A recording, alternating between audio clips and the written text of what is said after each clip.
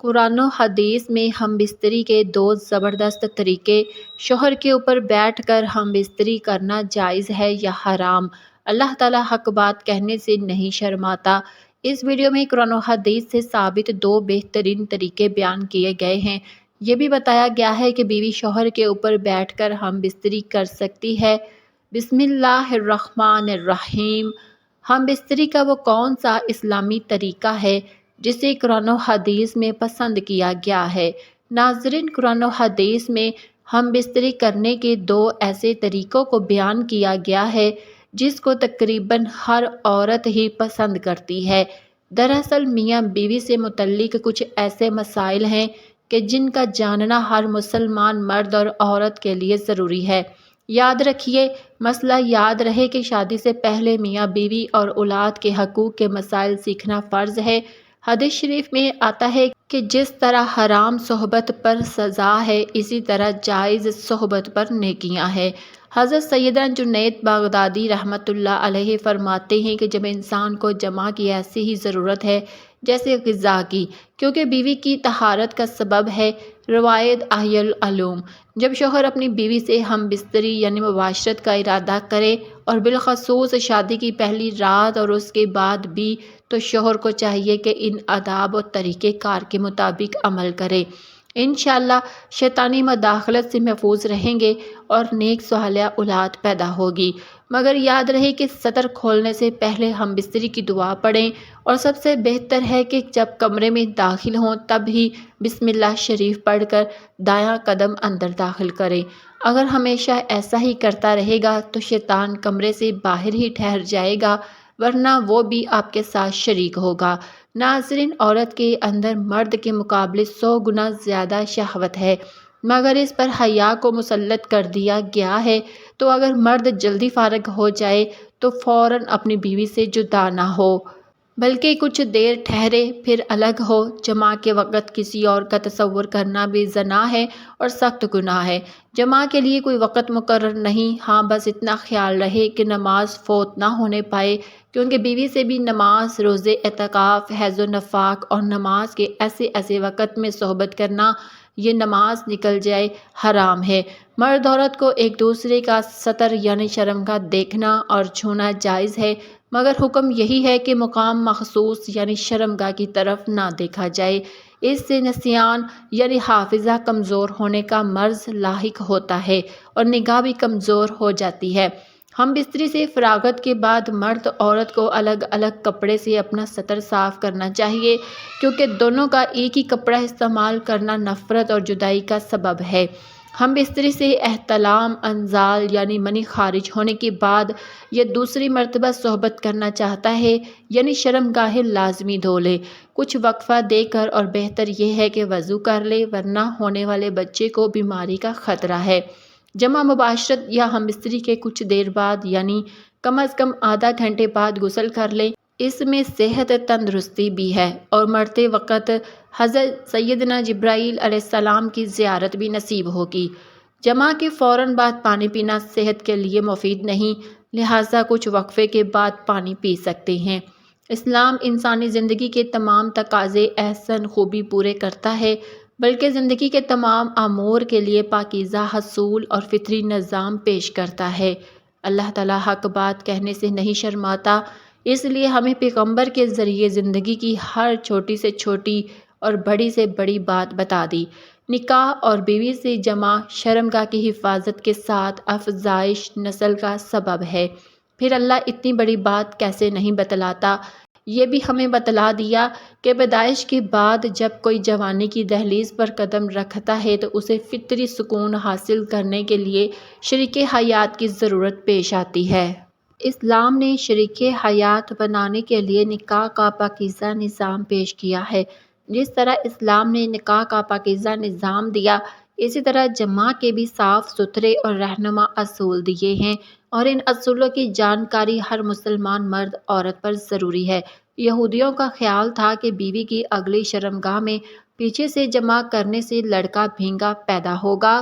جب اللہ تعالیٰ قرآن پاک میں یوں بیان فرماتے ہیں، تمہاری بیویاں تمہاری کھیتیاں ہیں، لہٰذا تم اپنی کھیتیوں میں جدھر سے چاہو آؤ۔ اس آیت کا مطلب یہ ہے کہ بیوی کی اگلی شرمگاہ میں جس طرح چاہے جمع کر سکتے ہیں، شوہر کے لیے بیوی کی اگلی شرمگاہ ہی حلال ہے، جبکہ پچھلی شرمگاہ میں وقتی کرنا حرام ہے۔ چنانچہ اس بات کو اللہ تعالیٰ نے اس آیت سے پہلے بیان کیا ہے۔ فرمان باری تعالیٰ ہے کہ لوگ آپ سے حیض کے بارے میں سوال کرتے ہیں کہ کہہ دیجئے کہ وہ گندگی ہے، حالت حیض میں عورت سے الگ رہو اور جب تک وہ پاک نہ ہو جائے ان کے قریب نہ جاؤ۔ ہاں، جب وہ پاک ہو جائے تو ان کے پاس جاؤ جہاں سے اللہ نے تمہیں اجازت دی ہے۔ اللہ توبہ کرنے والوں کو اور پاک رہنے والوں کو پسند فرماتا ہے۔ یہاں پر اللہ رب العزت حکم دے رہا ہے کہ حیض کی حالت میں بیوی کے پاس نہ جاؤ، اور جب وہ غسل کر کے پاک ہو جائے تو اس کے ساتھ اس جگہ سے جمع کرو جس جگہ سے جمع کرنے کی اجازت دی گئی ہے۔ حیض اگلی شرمگاہ سے آتا ہے اور حیض کا خون آنے تک جمع ممنوع ہے، اور جب حیض بند ہو جائے تو اس جگہ جمع کرنا جہاں سے خون آ رہا تھا۔ نبی صلی اللہ علیہ وسلم کا فرمان ہے، اور بیوی سے جمع کرتے ہوئے تمہارے عضو میں صدقہ ہے۔ صحابہ کرام رضوان اللہ علیہ اجمعین نے پوچھا، اے اللہ کے رسول صلی اللہ علیہ وآلہ وسلم، ہم میں سے کوئی اپنی خواہش پوری کرتا ہے تو کیا اس میں بھی اجر ملتا ہے؟ تو آپ صلی اللہ علیہ وآلہ وسلم نے فرمایا، بتاؤ اگر وہ یہ خواہش حرام جگہ پوری کرتا تو کیا اسے گناہ نہ ہوتا؟ صحابہ نے عرض کیا کہ کیوں نہیں؟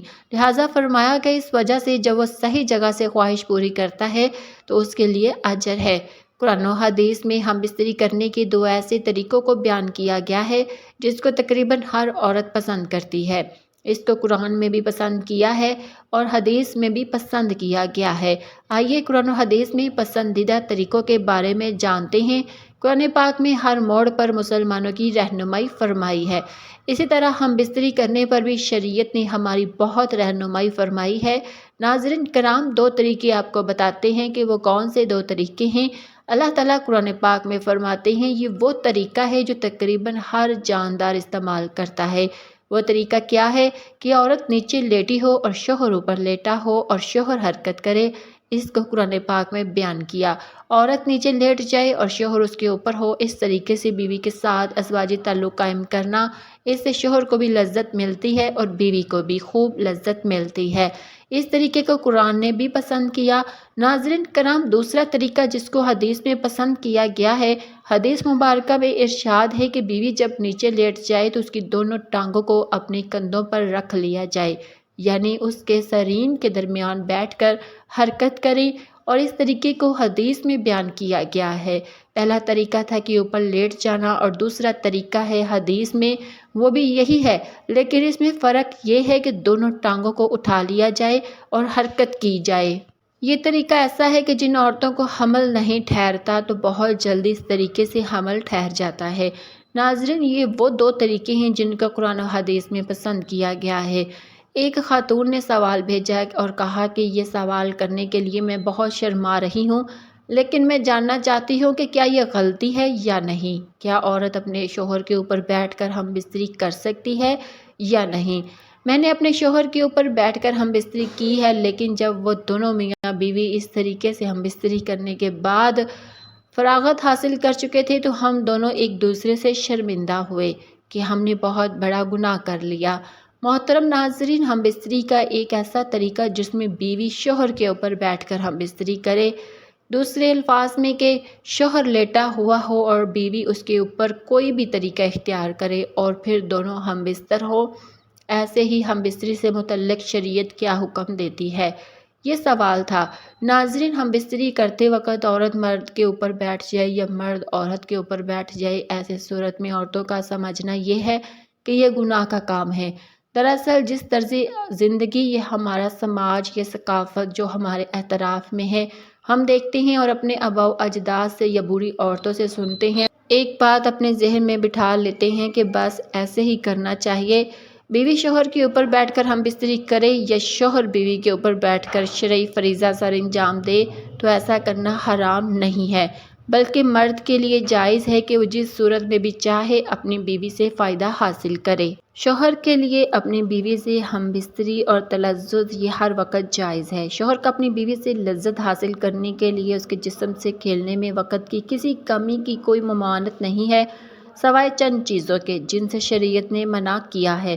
یعنی شوہر کے لیے اپنی بیوی سے حیض و نفاس کے دوران ہم بستری کرنا جائز نہیں، اور نہ ہی اس کی دوبر میں ہم بستری کرنا جائز ہے۔ اپنی بیوی سے ہر طریقے سے فائدہ اٹھا سکتے ہیں، آگے کی طرف سے بھی اور پیچھے کی طرف سے بھی، بس دخول صرف آگے والی شرمگاہ میں ہی ہونا چاہیے۔ بعض مرد کے اعلیٰ تناسل کا جو دخول ہے وہ صرف سامنے کی شرمگاہ میں ہونا چاہیے، جس میں سے کہ حیض کے دنوں میں خون آتا ہے۔ پیچھے کی جانب سے بھی اگر آپ ہم بستری کرنا چاہتے ہیں تو پچھلی شرمگاہ میں نہیں بلکہ صرف آگے والی شرمگاہ میں، جس سے بچے ہوتے ہیں۔ اس کی وجہ یہ ہے کہ کیونکہ اللہ تعالیٰ نے قرآن کریم میں ارشاد فرمایا ہے کہ یہ عورتیں جو تمہاری بیویاں ہیں یہ تمہاری کھیتیاں ہیں، تو اللہ کے رسول صلی اللہ علیہ وآلہ وسلم نے بھی بیویوں کو کھیتیوں سے تعبیر کیا ہے۔ تمہاری بیویاں تمہاری کھیتیاں ہیں اور اپنی کھیتیوں میں جس طرف سے چاہو آؤ۔ البتہ رسول اللہ صلی اللہ علیہ وسلم کے فرمان کے مطابق بیوی کو پچھلی شرمگاہ میں عضو تناسل داخل کرنا حرام ہے، کیونکہ رسول اللہ صلی اللہ علیہ وسلم نے اس طرز پر کہ پچھلی شرمگاہ میں داخل کیا جائز نہیں۔ اللہ کے رسول صلی اللہ علیہ وسلم نے فرمایا، جس شخص نے اپنی بیوی کی دوبر یعنی پچھلی شرمگاہ میں جمع کیا تو اس نے محمد صلی اللہ علیہ وآلہ وسلم پر نازل قرآن کی نفی کر دی، اور فرمایا کہ ایسا کرنے والے پر اللہ کا غضب ہوتا ہے۔ لہٰذا اگر بیوی شوہر کے اوپر آتی ہے یا شوہر بیوی کے اوپر آتا ہے، یا بیوی کے پیچھے سے جو سامنے والی شرمگاہ ہے اس میں عضو تناسل داخل کیا جاتا ہے، تو یہ تمام طریقے جائز ہیں اور اللہ تعالیٰ کی جانب سے اس میں کوئی ممانعت کی دلیل نہیں ہے، سوائے بیوی کی دوبر میں جمع کرنے کی یا حیض و نفاس کے دنوں میں جمع کرنے کے۔ بے شک اللہ تعالیٰ حق بات سے شرم محسوس نہیں کرتا، لیکن عتبہ کا کہنا ہے کہ ہم بستری کا ایسا طریقہ جس میں بیوی شوہر کے اوپر بیٹھ کر ہم بستری کرتی ہے تو ایسا طریقہ شوہر کے لیے نقصان دہ ہے، کیونکہ بیوی شوہر کے اوپر بیٹھے گی تو بیوی کا پانی یعنی مادہ منویہ شوہر کے عضو تناسل پر اترے گا اور یہ اس کے عضو کے لیے خطرات کا باعث بن سکتا ہے۔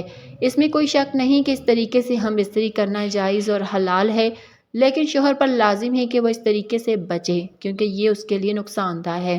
بیوی سے ہم بستری کرنے کی بدترین کیفیت وہ ہے کہ ہم بستری کے وقت شوہر نیچے اور بیوی اوپر ہو۔ قرآن و حدیث کی اشارات اور تصریحات سے تو اس کی نفی ہوتی ہے، یعنی کہ یہ جائز ہے، لیکن اس طریقے سے طبی نقصان کا بھی پہلو پوشیدہ ہے کہ اس طریقے سے شوہر کی منی کا اخراج پورے طریقے سے نہیں ہوتا۔ عضو تناسل میں اس کا حصہ کچھ رکا رہ جاتا ہے جو بعد میں سڑتا اور نقصان اور فساد کی مختلف صورتیں اختیار کرتا ہے۔ نیز اس صورت میں شوہر کا عضو تناسل میں بیوی کو عضو مخصوصہ سے بہت سی رطوبتیں آ کر جمع ہو جاتی ہیں اور یہ بات بھی مختلف پہلو سے نقصان کا باعث بنتی ہے۔ اس کا مستقل نقصان اپنی جگہ کی ہم بستری کی اس حیثیت میں اس کا تکرار حمل اور بچے کی پیدائش کا امکان بہت کم رہتا ہے۔ بیوی سے ہم بستری کے دوران شوہر جلدی فارغ کر لیتا ہے اور بیوی کو فراغت نہیں ہوتی، جس کی وجہ یہ ہے کہ عورتیں فطری طور پر مرغوب تربیت ہے اور اس کی ادائی جنسی پوشیدہ ہوتے ہیں، اس لیے اس کے انزال میں دیر لگتی ہے۔ اس کے برعکس مرد گرم طبیعت اس کے اعضائے جنسی باہر ہوتے ہیں، اس لیے وہ جلدی فراغت حاصل کر لیتا ہے۔ بیوی سے ہم بستری یعنی مباشرت کے دوران اگر شوہر پہلے فارغ ہو جائے تو اسے بیوی کے فارغ ہونے تک کسی حالت پر برقرار رہنا چاہیے، اور دونوں کے سکون اور فراغت کی اہم علامت یہ ہے کہ دونوں کو ذہنی اور جسمانی اطمینان آ جائے۔ اگر بیوی کی سرانی نہیں ہوئی اور اس حالت میں مرد طلب ہو گیا تو بیوی کے دل میں تسکین نہ ہونے کی وجہ سے بجائے محبت کی نفرت پیدا ہوگی، اور اگر ہر مرتبہ ایسا ہی ہوا تو خطرہ ہے کہ وہ اپنی خواہش کی تکمیل کے لیے کوئی دوسرا راستہ اختیار نہ کر لے۔ اللہ تبارک و تعالی ہم سب کو دین اسلام کے مطابق زندگی گزارنے کی توفیق عطا فرمائے اور ہم سب کو شریعت کے مطابق زندگی بسر کرنے کی توفیق عطا فرمائے۔ اللہ تعالی ہم سب کو 5 وقت نماز ادا کرنے کی بھی توفیق عطا فرمائے، آمین یا رب العالمین۔